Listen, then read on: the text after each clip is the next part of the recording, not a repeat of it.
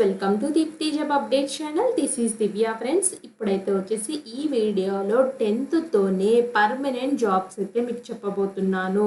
మీరు వింటున్నది నిజమే ఫ్రెండ్స్, అర్హత 10th ఉన్నాయి. సో కంపల్సరీగా ఇటువంటి గవర్నమెంట్ జాబ్స్ పడతాయని ఎవరికి తెలియదు. చాలా మందికి, చాలా తక్కువ మందికి మాత్రమే ఇలాంటి నోటిఫికేషన్స్ చూసుకుని అప్లై చేస్తారు. అప్లై చేసుకుని వాళ్ళ గవర్నమెంట్ జాబ్ వచ్చిన తర్వాత ఇవి ఎప్పుడు పడ్డాయి అంటే ఎప్పుడో పడ్డాయని చెప్తారు ఫ్రెండ్స్. చాలామంది చెప్పుకోరు కూడా, ఎందుకంటే కాంపిటీషన్ వచ్చేస్తారని చెప్పేసి. బట్ మనం ఇలాంటి జాబ్స్ని పట్టుకుని క్రాక్ చేసుకుంటే చాలా ఈజీగా గవర్నమెంట్ జాబ్స్ని క్లియర్ చేయొచ్చు. అండ్ మీరు ఎక్కడ ఉన్నా అప్లై అయితే చేసుకోండి. సో పడిన వెంటనే అప్లై చేసుకుంటే ఏ గవర్నమెంట్ జాబ్ ఉంటే ఏముంది ఫ్రెండ్స్. ఇప్పుడు ఫర్ ఎగ్జాంపుల్ మీకు గవర్నమెంట్ జాబ్ వచ్చేసింది, సో నో అబ్జెక్షన్ సర్టిఫికేట్ తీసుకుని ఇంకొక చోట అప్లై చేసుకుంటారు. అప్లై చేయడంలో ఒక గవర్నమెంట్ జాబ్ వస్తే ఇంకొక దానికి అప్లై చేయకూడదు అనే రూల్ అయితే లేదు. సో ముందు ఏదో ఒక జాబ్ వస్తే ఫస్ట్ అందులో జాయిన్ అయిపోయి మీకు ఇంకొక జాబ్ నచ్చినట్లయితే దానికి నో అబ్జెక్షన్ సర్టిఫికేట్ పెట్టుకుని మళ్ళీ అప్లై అయితే చేసుకోవచ్చు. సో తప్పకుండా అప్లై చేసుకోండి. ఎక్కడికి వెళ్ళినా, ఏ స్టేట్ వెళ్ళినా మీకు హాస్టల్ అకామిడేషన్ అన్నీ ప్రొవైడ్ చేస్తారు, విత్ క్వార్టర్స్తో సహా ఉంటాయి. అండ్ ఎటువంటి ప్రాబ్లం అయితే ఉండదు ఫ్రెండ్స్. ఇంగ్లీష్ కమ్యూనికేషన్ లాంగ్వేజ్ ఉంటాయి కాబట్టి సో నేర్చుకోవచ్చు. ఒకవేళ కమ్యూనికేషన్ ప్రాబ్లం ఉన్నా స్లోగా అక్కడికి వెళ్ళిన తర్వాత నేర్చుకోవచ్చు ఫ్రెండ్స్. ప్రాబ్లం ఏమీ లేదు. అప్లై అయితే చేసుకోండి ఎక్కడ పడినా. అండ్ ఇంకా మన ఛానల్ యొక్క వీడియోస్ ఒకసారి చూసినట్లయితే చాలా జెన్యూన్ ఇన్ఫర్మేషన్స్తో వీడియోస్ అయితే ఉంటాయి ఫ్రెండ్స్, ఒకసారి చూసుకోండి. అండ్ DRDO నుంచి నోటిఫికేషన్ అయితే ఉంది. ఇది హైదరాబాద్లోనే రిక్రూట్మెంట్ అయితే ఉంది. సో ఇట్లా చాలా రకాలుగా జాబ్స్ అయితే మన ఛానల్ అయితే ఉన్నాయి ఫ్రెండ్స్, ఒకసారి చెక్ చేసుకుని అప్లై అయితే చేసుకోండి. ఇలాగే షార్ట్స్ రూపంలో కూడా ఏమైనా ఇంపార్టెంట్ అప్డేట్స్ ఉంటే పెడుతూ ఉంటాము, వీటిని కూడా ఒకసారి చెక్ చేసుకోండి. ఇంకా ఎటువంటి డౌట్ ఉన్నా కామెంట్ బాక్స్లో కమెంట్ అయితే చేయండి ఫ్రెండ్స్. ఇప్పుడైతే వచ్చేసి 10th జాబ్స్ అని అయితే చెప్పాను కదా ఫ్రెండ్స్, అవేంటో చూసేద్దాము క్లియర్గా.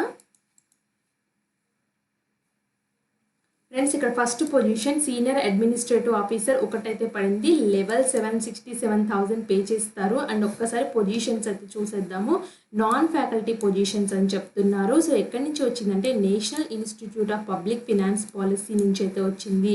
సో ఈ ఇన్స్టిట్యూట్ అనేది ఈ 10 రకాల పొజిషన్స్లో రిక్రూట్మెంట్ చేసుకుంటుంది. Senior administrative officer, research officer, estate officer, accountant executive, superintendent position, senior laboratory information assistant, clerk, driver grade, malai, messenger.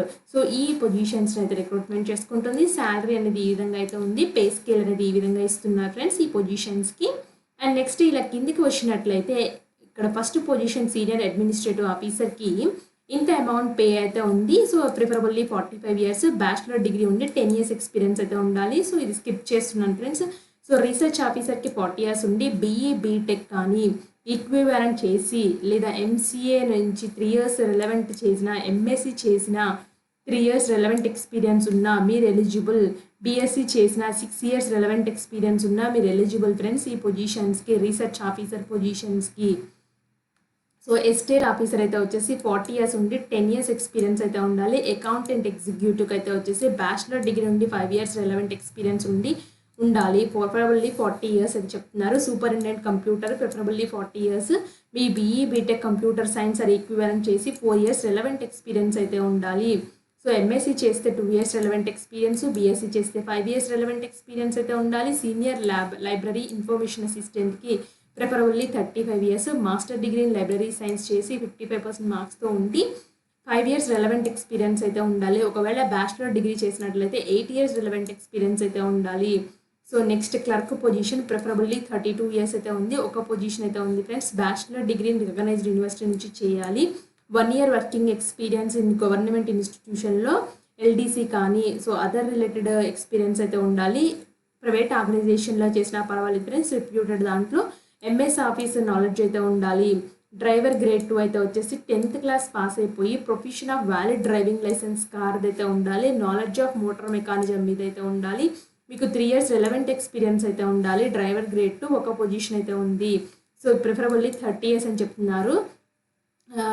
మాలి అయితే వచ్చేసి పాస్ ఇన్ మెట్రికులేషన్ అయితే ఉండాలి. ఎలిమెంటరీ నాలెడ్జ్ ఇన్ గార్డెనింగ్లో ఎలిమెంటరీ నాలెడ్జ్ అయితే ఉండాలి.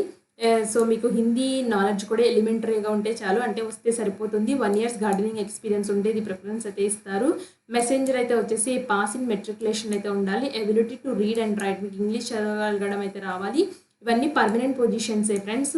ఈ పొజిషన్స్ కూడా ఈ ఫస్ట్ ఈ లాస్ట్ 3 పొజిషన్స్కి అయితే 10th అర్హతతోనే అయితే ఉన్నాయి ఈ జాబ్స్. ఇంట్రెస్టెడ్ క్యాండిడేట్స్ ఉంటే అప్లై అయితే చేసుకోండి. సో ఈ ఒక్కటి పొజిషన్ ఉందని కూడా చూసుకోవద్దు ఫ్రెండ్స్. మీకు ఇంట్రెస్ట్ ఉంటే పర్వాలేదు, నేను వెళ్తాను అనుకుంటే అప్లై అయితే చేసుకోండి ఈ పొజిషన్స్కి. సో ఇలా కిందకైతే వచ్చినట్లయితే జనరల్ ఇన్ఫర్మేషన్ అయితే ఉంది. సో మీరు ఏం చేస్తారంటే వీళ్ళకి అప్లికేషన్ ఫామ్ అయితే ఇచ్చారు. సో దానికి ఈమెయిల్ పంపిస్తే సరిపోతుంది. Email with the caption of application for the post along with the CV అన్నీ పంపించి సెండ్ బై ఈమెయిల్. సో ఈ ఈమెయిల్ ఐడికి పంపించాలి. And information sheet per proforma and annexure is also mandatory. So నేను చూపిస్తాను ఫ్రెండ్స్. దాంతోపాటు రిలవెంట్ డాక్యుమెంట్స్ అన్ని xerox copies పంపించాలి. ఎవరైతే డ్రైవర్, మాలయ్, మెసెంజర్ పొజిషన్స్కి అప్లై చేస్తారో వాళ్ళు hard copies, so hard copies of their CV with proforma and excel అన్నీ కలిపి స్పీడ్ పోస్ట్ చేయాలి. అప్లికేషన్ ఫర్ ద పోస్ట్ అని చెప్పేసి ఎన్వలప్ మీద రాసి secretary, national institute of public finance policy, Satsang Vihar Marg, special institution area, New Delhi ఈ అడ్రస్కి అయితే పంపించాలి. డ్రైవర్, మలయ్, మెసెంజర్ పోస్ట్కి అప్లై చేసేవాళ్ళు. So separate application is required percent if applying more than 1 post. ఒకవేళ 1 పోస్ట్ కంటే ఎక్కువ అప్లై చేసుకున్నట్టయితే సపరేట్ అప్లికేషన్స్ పెట్టాలి. In the addition of the pay all post carry other allowances as per the institution rules. So payment కూడా సపరేట్గా అయితే చేయాలి.